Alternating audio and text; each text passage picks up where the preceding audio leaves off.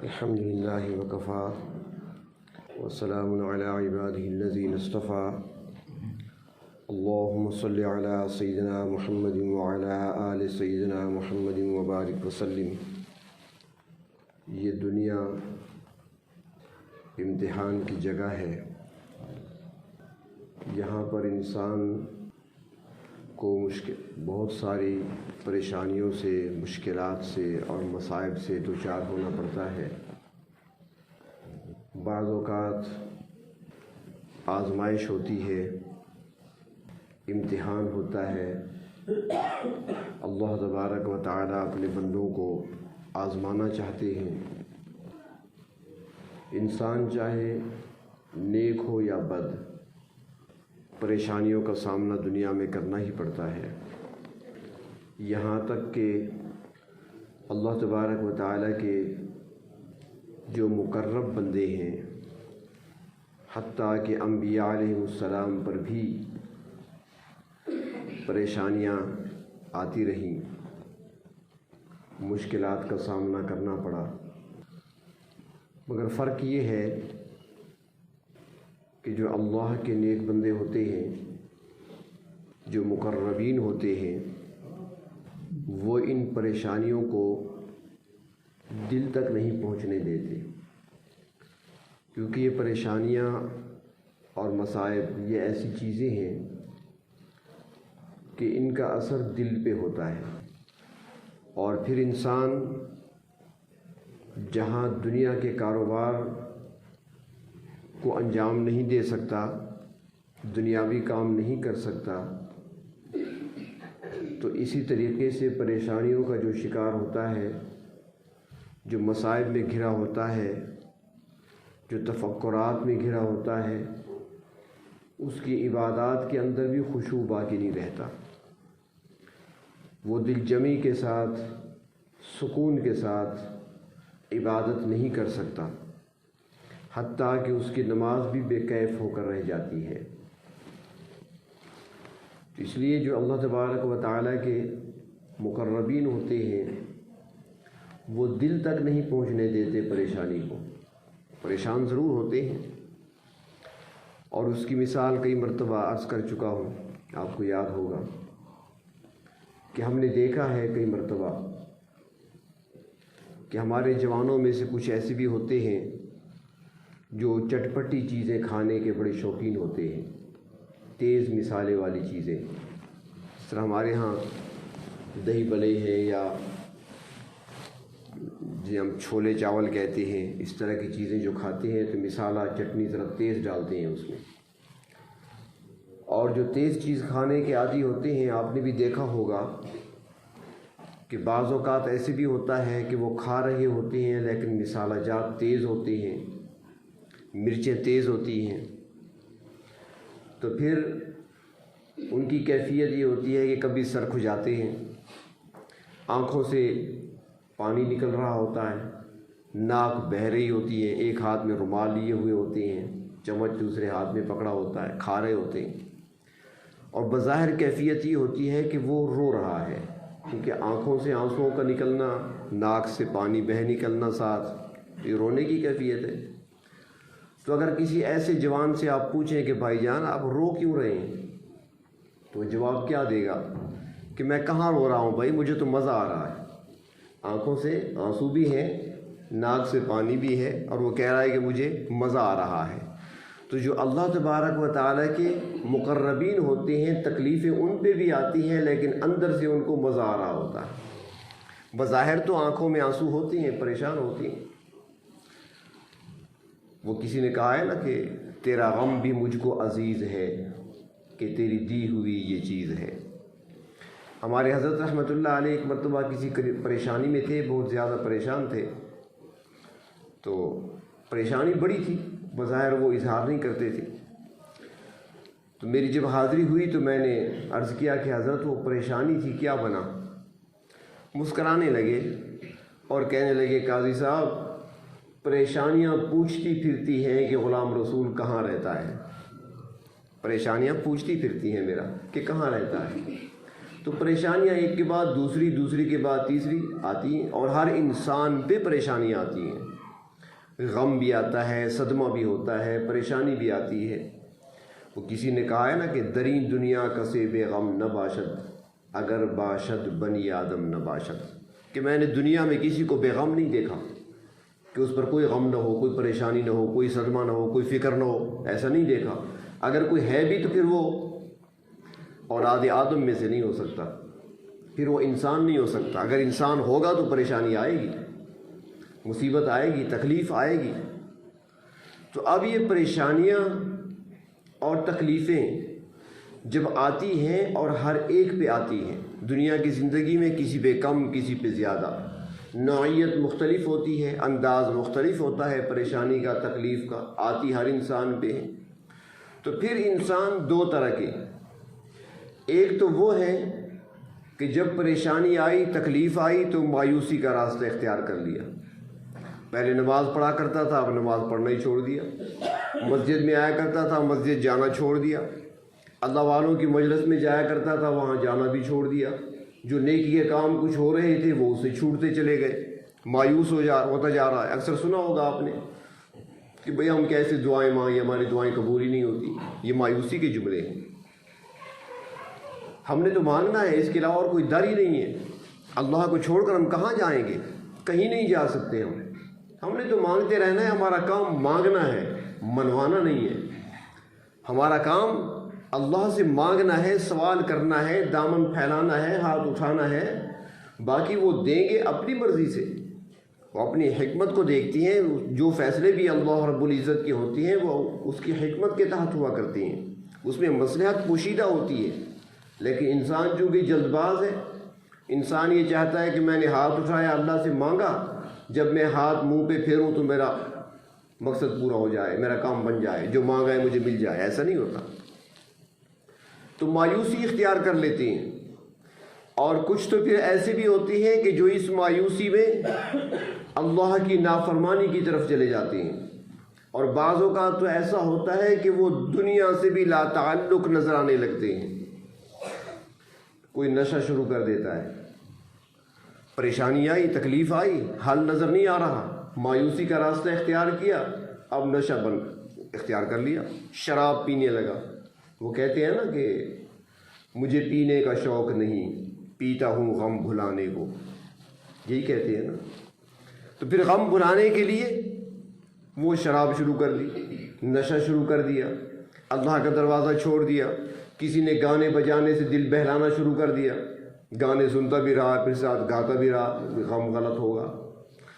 اور کچھ تو پھر ایسے بد نصیب ہوتے ہیں کہ جو اپنی جان تک لینے کے لیے تیار ہو جاتے ہیں، خودکشی پر اپنے آپ کو آمادہ کر لیتے ہیں، انتہائی قدم اٹھا لیتے ہیں، ہمیشہ کے لیے اپنی آخرت کو برباد کر دیتے ہیں، تو مایوس ہو جاتے ہیں۔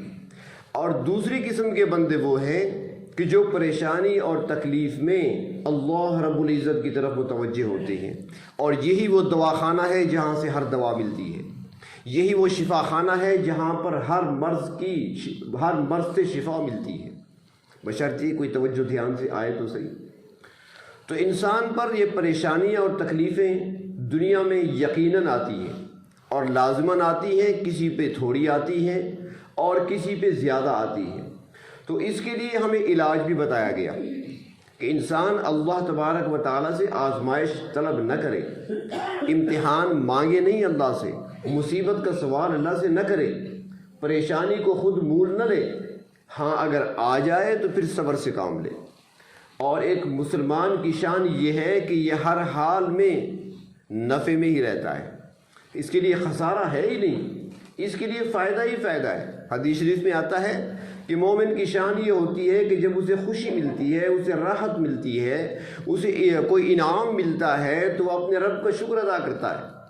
اور یہ شکر ادا کرنا اس کے لیے مفید ہے، کیونکہ اللہ تعالیٰ خود فرماتی ہے اگر تم شکر ادا کرو گے مزید اور نعمتیں دوں گا۔ تو جو کچھ کر رہا ہے اپنے لیے کر رہا ہے۔ اور ایک مسلمان پر جب کوئی مصیبت آتی ہے، پریشانی آتی ہے، تکلیف آتی ہے، تو پھر یہ اس پر صبر کرتا ہے، اور اس پر بھی اس کے لیے انعام ہے کہ اللہ تبارک و تعالیٰ نے صبر کرنے والوں کے لیے ایسا اجر تیار کر رکھا ہے۔ فرمایا کہ وہ اجر گن کر نہیں دیا جائے گا، بغیر حساب، وہ بغیر حساب کے ان کو دیا جائے گا۔ انما یوفی الصابرون اجرهم بغیر حساب، ان کا اجر بغیر حساب کے ہوگا۔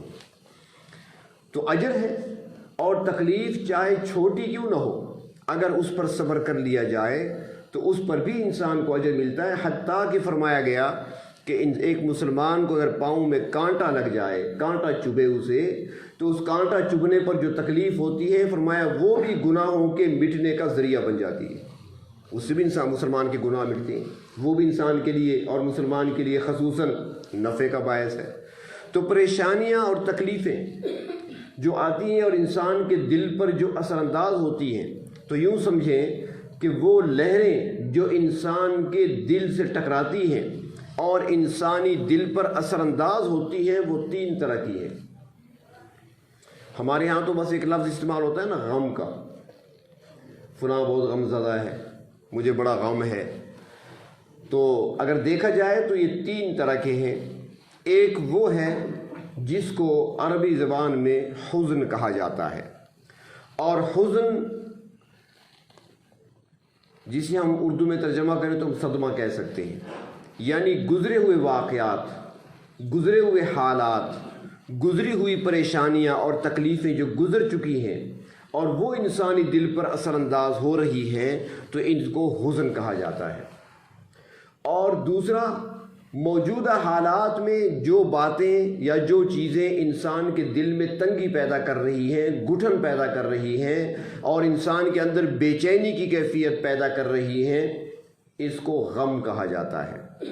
گھٹن، بے چینی انسان کے اندر پیدا ہو کسی تکلیف سے، کسی بات سے، تو اس کو غم کہا جاتا ہے۔ جو ماضی میں تکلیفیں پہنچی ہیں وہ یاد آ رہی ہیں، دل پہ اثر انداز ہو رہی ہیں، تو وہ حزن کہلاتی ہے۔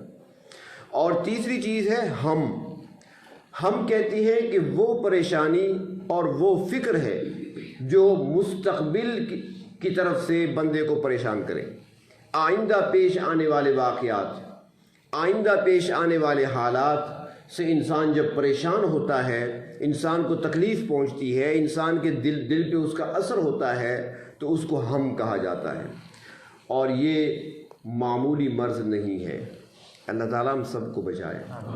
اس کو یوں سمجھیں، علامہ حافظ ابن کثیر رحمۃ اللہ علیہ البدایہ والنہایہ میں لکھتے ہیں، وہ فرماتے ہیں کہ جب اللہ رب العزت نے پہاڑوں کو پیدا فرمایا تو فرشتوں نے عرض کیا، پروردگار اتنی سخت چیز، پتھر بڑے سخت ہیں، اتنی سخت چیز، کیا اس سے بھی کوئی سخت چیز آپ نے بنائی ہے؟ اللہ نے فرمایا کہ ہاں، میں نے لوہے کو پیدا کیا ہے جو اس پہاڑ کے ان پتھروں کو، چٹانوں کو ریزہ ریزہ کر دے گا۔ پھر وہ عرض کرنے لگا، اچھا لوہا اس سے بھی زیادہ سخت ہے، تو کیا لوہے سے بھی کوئی سخت چیز بنائی ہے؟ فرمایا ہاں، میں نے آگ کو پیدا کیا ہے جو لوہے کو پگھلا کر رکھ دیتی ہے۔ تو پھر پوچھا گیا، کیا آگ سے بھی کوئی سخت چیز ہے؟ تو فرمایا کہ ہاں، آگ سے بھی سخت چیز ہے، وہ میں نے ہوا کو پیدا کیا ہے جو اس کو اڑا کر لے جاتی ہے۔ تو پھر انہوں نے سوال کیا کہ کیا ہوا سے بھی کوئی سخت چیز ہے جو ہوا پر قابو پا لے؟ فرمایا کہ ہاں، میں نے انسان کو بھی پیدا کیا ہے اور انسان ہواؤں کو بھی قید کر لیتا ہے۔ تو پھر پوچھا گیا کہ کیا انسان پر بھی کوئی چیز حاوی ہو سکتی ہے؟ تو جواب ملا کہ ہاں، نیند کو پیدا کیا ہے جو بڑے بڑے جوانوں کو سلا دیتی ہے، کھڑے کھڑے بے ہوش ہو جاتے ہیں، گر جاتے ہیں۔ نیند کا جب غلبہ ہوتا ہے، یہ روڈوں کو جو ایکسیڈنٹ ہوتے ہیں، ڈرائیور کو نیند آ گئی تھی، ایکسیڈنٹ ہو گیا، حالانکہ اسے پتہ ہوتا ہے کہ میں موت کے دہانے پہ بیٹھا ہوں، روڈ ہے سامنے، خطرناک ہے، میری تھوڑی سی غلطی مجھے موت کے منہ تک پہنچا سکتی ہے، ڈرائیور جانتا ہے، اچھی طرح جانتا ہے، لیکن جب غلبہ ہوتا ہے نیند کا تو بے بس ہو جاتا ہے۔ تو نیند، اور پھر کیا نیند سے بھی کوئی سخت چیز ہے؟ تو وہ فکرات اور پریشانیاں ہیں جو انسانوں کی نیند کو اڑا دیتی ہیں۔ یہ تجربہ آپ سب کر چکے ہوں گے، تفصیل کی ضرورت نہیں ہے۔ جب انسان پریشان ہوتا ہے، فکر ہوتا ہے، آنے والے حالات کا، مستقبل کا فکر، اور یہ تفکرات، یہ پریشانیاں انسانوں کی نیندیں اڑا دیتی ہیں۔ کئی بندے سنے ہوں گے آپ نے، یار 3 دن سے میں نہیں سو سکا، 2 دن سے مجھے نیند نہیں آئی، بہت پریشان۔ تو یہ پریشانی اور تفکرات انسان کی نیند کو اڑا لے جاتی ہیں۔ تو انسان اتنی طاقت والی چیز، انسان اتنا طاقتور، جس نے پہاڑوں میں راستے بنائے، جس نے لوہے کو پگھلا کر رکھا، جس نے آگ کو قابو کیا، جس نے ہواؤں کو بند کیا، جس نے پانیوں کے رخ موڑے، وہ انسان نیند کے آگے بے بس ہے۔ اور پھر وہ نیند جو انسان پر ایسی غالب آتی ہے کہ انسان کو کسی کام کا نہیں چھوڑتی، اس نیند کو بھی تفکرات اڑا کر لے جاتی ہیں۔ تو یہ ہم پریشانی اور تکلیف اور تفکر جو انسان کے اوپر اثر انداز ہوتا ہے، آنے والے حالات سے متعلق ہوتا ہے۔ اور بعض حضرات یہ بھی فرماتے ہیں کہ غم وہ ہے جس کا سبب ظاہر ہو، غم وہ ہے جس کا سبب ظاہر ہو، کسی وجہ سے کسی بات سے آپ پریشان ہیں، آپ کو تکلیف پہنچ رہی ہے، آپ کے دل پہ اثر ہو رہا ہے، تو وہ غم ہے۔ اور فرمایا ایسی چیزیں کہ جو انسان کے اندر بے چینی تو پیدا کریں، گھٹن تو پیدا کریں، لیکن سبب بھی معلوم نہ ہو، وہ ہم کہلاتا ہے۔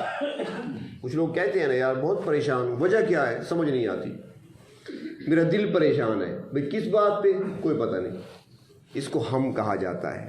سبب بھی معلوم نہیں اور انسان پریشان ہے، نیند بھی اس کی اڑ گئی، چین سکون بھی اس کا چلا گیا۔ تو اس سے بچنے کے لیے کیا کرنا چاہیے کہ انسان غموں سے بھی بچے، انسان پریشانیوں سے بھی بچے۔ آتی تو ہے ہر انسان پر، لیکن انسان کو چاہیے تو کہ اپنے آپ کو ان سے بچائے، بچانے کی فکر کرے۔ تو اللہ کے محبوب صلی اللہ علیہ وسلم نے اس سے بچنے کے لیے پہلے سے ہی ہمیں ایک نسخہ بتا دیا کہ تم پروردگار عالم سے مانگ لیا کرو، اللہ کے سامنے عاجزی انکساری کے ساتھ صبح و شام دعا کر لیا کرو، اللہم انی اعوذ بک من الہم والحزن، پناہ میں آ جایا کرو۔ وہ کہتے ہیں کہ حضرت موسیٰ علیہ السلام سے کسی نے سوال کیا تھا کہ اگر آسمان کو کمان تصور کر لیا جائے اور یہ اوپر سے آنے والی مصیبتیں، پریشانیاں، آزمائشیں، ان کو تیر تصور کر لیا جائے، بارش ہو رہی ہے مصائب کی، پریشانیوں کی، تیر برس رہے ہیں، تو ان سے بچنے کی صورت کیا ہو سکتی ہے کہ ان تیروں سے انسان بچ جائے۔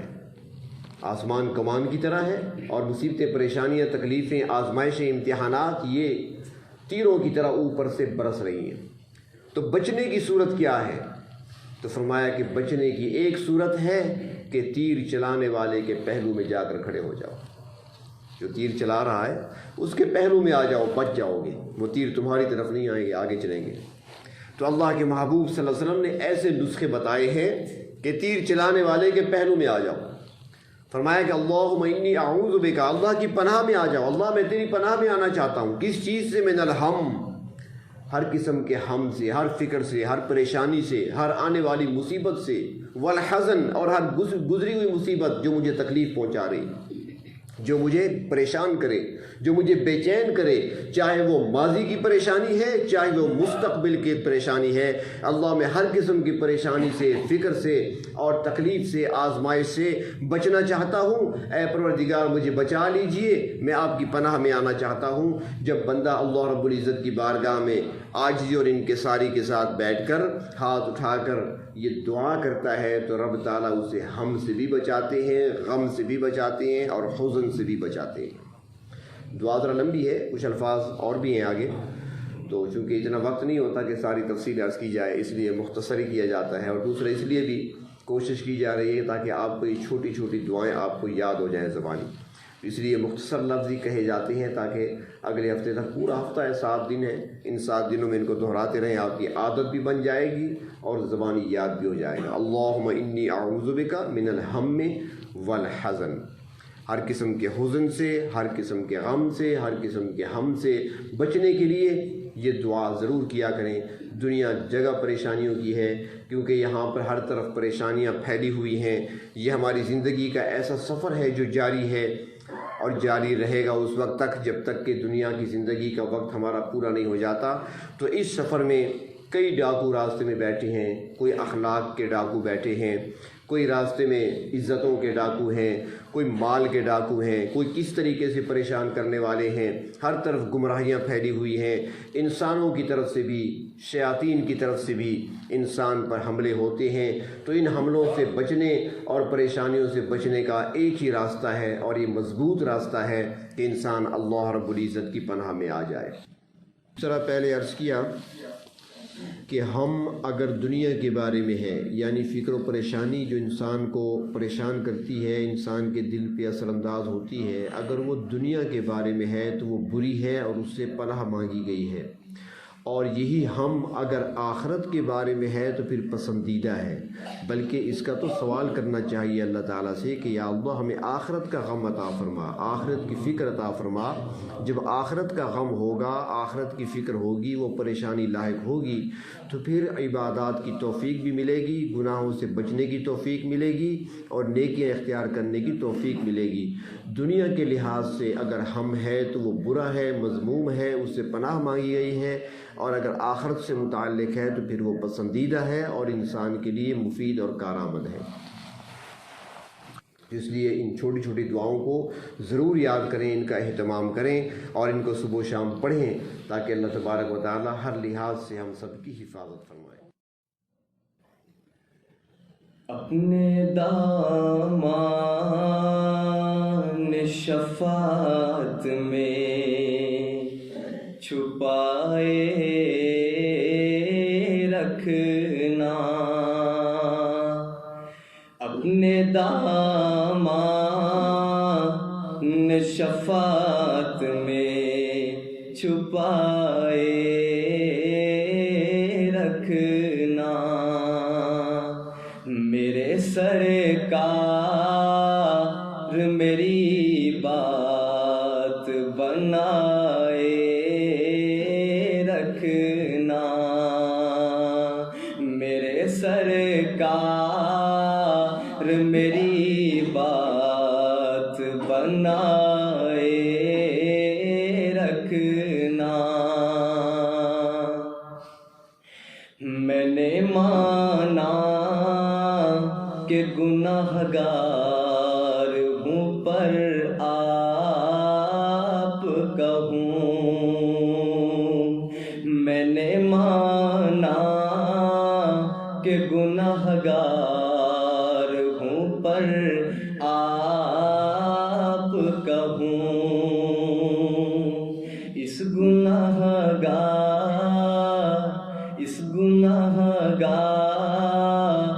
سے سرکار نبھائے رکھنا، اس گناہ گار سے سرکار نبھائے رکھنا۔ آپ کی یاد ستاتی ہے تو رو لیتے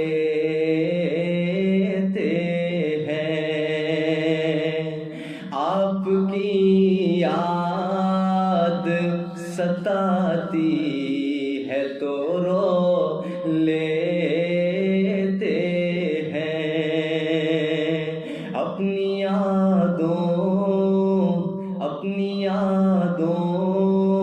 کے ہمیں روگ لگائے رکھنا، اپنی یادوں کے ہمیں روگ لگائے رکھنا،